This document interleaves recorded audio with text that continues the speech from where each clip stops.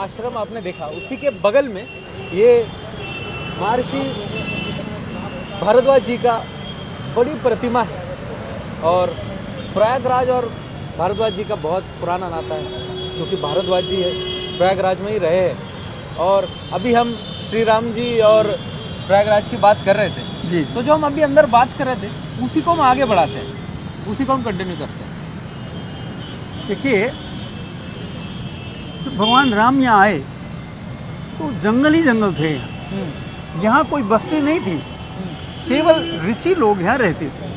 क्योंकि वाल्मीकि जी ने जो लिखा है उसके मुताबिक उन्होंने कोई बस्ती नहीं बताई, उन्होंने केवल संगम की चर्चा की है, अक्षयवट की है और भारद्वाज आश्रम की उस काल में भी जब ऋषि भारद्वाज यहाँ रहते थे तब यहाँ मेला लगता था।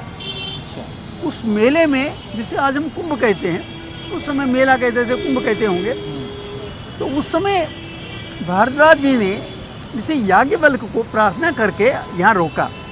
जब बाकी ऋषि चले गए तो याज्ञवल्क्य जी को उन्होंने रोका, उनका हे प्रभु मैं राम जी की कथा सुनना चाहता हूँ।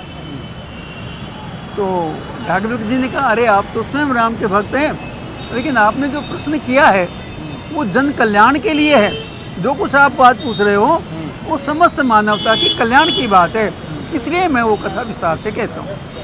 और गोस्वामी जी ने जो अपने मानस का आरंभ किया है वो यहीं से किया है, भारद्वाज मुनि बसई प्रयागा। तो उन्होंने पूरी रामायण सुनाई। और जहाँ तक इस मंदिर की बात है, इसी भारद्वाज जी से राम जी की यही भेंट हुई थी और राम जी को उन्होंने ही मतलब इतने निर्देश दिया था। राम जी को तो वो पूज्य मानते थे, वो राम जी को पूज्य मानते थे, तो परस्पर एक दूसरे के प्रति श्रद्धा भाव था। तो उन्होंने भारद्वाज जी ने ही कहा कि राम जी वैसे तो आप मेरे आश्रम में रहिए, मुझे प्रसन्नता होगी, लेकिन आप जिस हेतु अवतार लिया है उसको पूर्ण करने के लिए आपको चित्रकूट जाना चाहिए। मतलब महर्षि भारद्वाज जी प्रयागराज के प्रथम ज्ञात पुरुष थे। हाँ। और मतलब हमने सुना भी है कि उनके 10,000 शिष्य थे। उनके 10,000 शिष्य थे, जैसे मतलब बहुत बड़े वैज्ञानिक थे। भारद्वाज जी का विमान शास्त्र आज भी हमारे लिए मार्गदर्शक है। लेकिन मैं आपको बताएं, उनके विमान शास्त्र का जितना उपयोग जर्मनी ने विदेशों ने किया है, हमारे देश के वैज्ञानिक उतना नहीं कर पाए। अच्छा, जैसे अभी हम वनगमन की बात कर रहे थे, हम वनवासी राम की बात कर रहे थे जी। तो क्या राजकुमार राम वनवासी राम हो गए, राजा राम, तो क्या राजकुमार राम और राजा राम को भी कुछ उन्होंने शिक्षा दी, मतलब उनको सिखाया, उनके साथ कुछ कनेक्शन था उस वक्त? हाँ, जैसे भरत जी जब यहाँ आए, हाँ, तो भरत जी के बारे में हो सकता है कुछ लोगों में ये भ्रम हो, इनको केवट राज को भी भ्रम हो गया था कि ये राम जी का हित करने जा रहे हैं सेना लेकर। तब भारद्वाज जी ने भी भरत जी से ही पूछा क्या आप राम का हित करने जा रहे हैं? तो भारद्वाज जी को जो भरत जी ने बताया, उसी कारण भारद्वाज जी एक तरह से भावुक हो गए थे। उन्होंने कहा भरत मैं तुम्हें जानता हूँ, तुम गलत हो ही नहीं सकते, लेकिन जन सामान्य में ये जो धारणा बन सकती है कि आप राम का हित करने जा रहे हैं सेना लेकर, इसलिए मैंने प्रश्न पूछा। एक और बहुत महत्वपूर्ण बात बताता हूँ आपको। जब राम जी वनवास से वापस आए तो सबसे पहले तो उतरे किष्किंधा में वानर पत्नियों को लेने के लिए, वो स्थान हम पहले दिखा चुके हैं। और राम जी का विमान दूसरी बार जो उतरा वो यहाँ उतरा है। हाँ, तो यहीं से उन्होंने हनुमान जी को भेजा कि जाओ भरत जी का हालचाल लेकर आओ। और जैसे कि मतलब हमने ये भी सुना है कि आयुर्वेद का जो ज्ञान है वो पृथ्वी पर महर्षि भारद्वाज जी नहीं लाया है। ये तो मैं नहीं कह सकता, लेकिन भारद्वाज जी एक उच्च कोटि के वैज्ञानिक थे। जहाँ तक वो आयुर्वेद की बात है, वो तो अन्य भी ऋषि हुए हैं, चरक हुए, अन्य ऋषि भी हुए हैं। तो विमान की दृष्टि से वो एक महत्वपूर्ण थे। तो ये थे महर्षि भारद्वाज जी, जो कि प्रयागराज के प्रथम ज्ञात पुरुष थे। इनके बारे में हमने आपको अभी बताया, और जैसे कि मैंने आपको आश्रम में बताया था कि हम राम राज्य युवा यात्रा चित्रकूट से आगे बढ़कर प्रयागराज पहुंच चुकी है।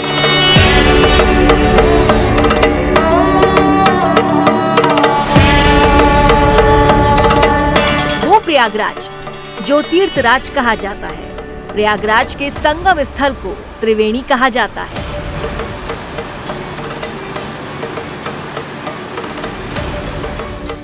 यह हिंदुओं के लिए विशेषकर पवित्र स्थल है।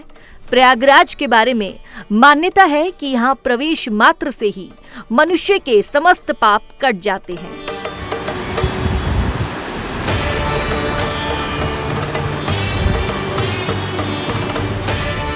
प्रयागराज में त्रिवेणी का संगम है, जिसकी अपनी आध्यात्मिक महत्ता है। त्रिवेणी अर्थात जहां गंगा, यमुना और सरस्वती का मिलन होता है।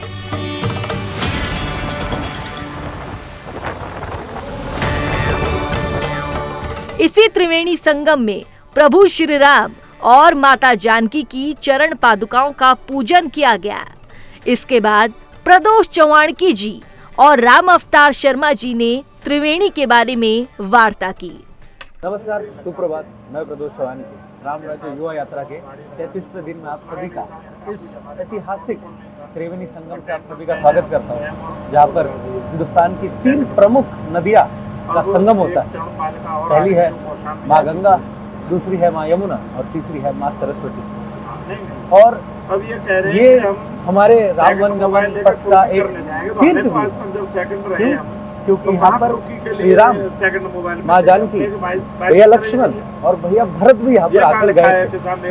क्योंकि और भरत जी को तो यहाँ पर वरदान भी प्राप्त है जब उन्होंने यहाँ पर आकर डुबकी लगाई थी, यहाँ पर स्नान किया था। और फिर उसके बाद जब श्री राम जी यहाँ पर आए थे तो वो चलते चलते जब वो पीछे से आगे चित्रकूट की ओर जा रहे थे, तो इस नदी के ही अगर आप मैप देखेंगे तो गंगा ऊपर से आ रही है और यमुना ऐसे नीचे आ रही है, साइड से आ रही है। तो वो यमुना के रास्ते नीचे चित्रकूट की ओर आगे बढ़ते रहे। और अब इस और पूरा जो प्रसंग है यहाँ का, प्रयागराज का जो प्रसंग है यहाँ के त्रिवेणी संगम का, वो महाराज जी आप हमारे दर्शकों को अच्छे से बताएं। जय श्री सीताराम। बंधुओं, ये सल भगवान राम की यात्रा का अत्यंत महत्वपूर्ण है।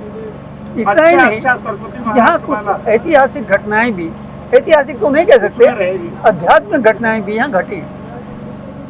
भगवान राम जब यहाँ आए थे, गोस्वामी जी लिखते हैं, राम बिलो कई गंग तरंगा, यानी गंगा जी, यमुना जी और सरस्वती माँ का यहाँ संगम है। लेकिन आज सरस्वती माँ यहाँ से लुप्त है, फिर भी यहाँ सरस्वती कूप है जिसमें सरस्वती माँ के दर्शन हो सकते हैं। चलो ठीक है, हमें सेकंड मोबाइल यहाँ से भगवान राम स्नान करके प्रयागराज को प्रणाम करके और प्रयागराज ने उनको प्रणाम किया। इस प्रकार यहाँ से भगवान राम फिर भरद्वाज जी के आश्रम आते हैं और अक्षय वट जाते हैं। भगवान राम इसके बाद यमुना जी के किनारे किनारे चलते हैं और फिर जलालपुर घाट से वो पार करके आगे चित्रकूट की ओर बढ़ जाते हैं। वही कर रहा हूँ। जब भगवान राम भरद्वाज ऋषि के आश्रम में गए तो भरद्वाज जी ने उनकी बहुत सम्मान किया है, उनकी प्रार्थना की है।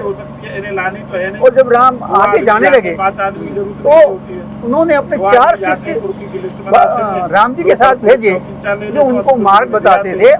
और वो चारों शिष्य यमुना पार्क तक भगवान राम को मार्ग बताने गए हैं। वो स्थान मुर्का है। अवधि में मुर्काना का अर्थ होता है वापस भेजना।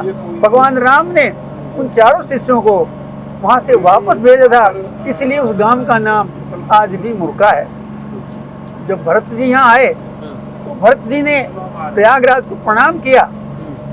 तो ऐसा मान्यता है, ऐसा प्रमाण है कि जब भरत जी यहाँ आए तो प्रयागराज ने उनसे कहा कि आप बहुत राम के भक्त हैं, मैं आपको कुछ वरदान देना चाहता हूँ। तो भरत जी ने कहा, मैं तो क्षत्रिय हूँ, मैं तो किसी कुछ मांगता नहीं, इसलिए मैं प्रयागराज आपसे कुछ नहीं मांगता। लेकिन यदि आपको देना ही है, मैं अपना क्षत्रिय धर्म छोड़कर आपसे कुछ मांगता हूँ। तो क्या मांगता हूँ, वो गोस्वामी जी ने बहुत अच्छी चौपाई लिखी है। वो लिखते हैं, अर्थ न धर्म न काम रुचि, गति न चाहो निर्वाण, जन्म जन्म रति राम पद, यह वरदान नया। अर्थात हे प्रयागराज, यदि आप मुझे कुछ वरदान देना चाहते हैं, ना अर्थ चाहिए, ना धर्म चाहिए, निर्माण चाहिए, गति चाहिए, कुछ नहीं चाहिए मुझे। मुझे आशीर्वाद दीजिए कि मैं प्रत्येक जन्म में भगवान राम के चरणों के प्रति प्रति भाव रखूं। ऐसा ये पावन स्थल है, ऐसा ये स्थल है जो सबको आशीर्वाद देता है। आइए हम सब प्रत्यक्ष तो नहीं लेकिन मन ही मन इस संगम में डुबकी लगाएं, और भाव से डुबकी लगाएंगे तो बंधुओं आपको वही लाभ मिलेगा, वही पुण्य मिलेगा जो वास्तव में डुबकी लगाने।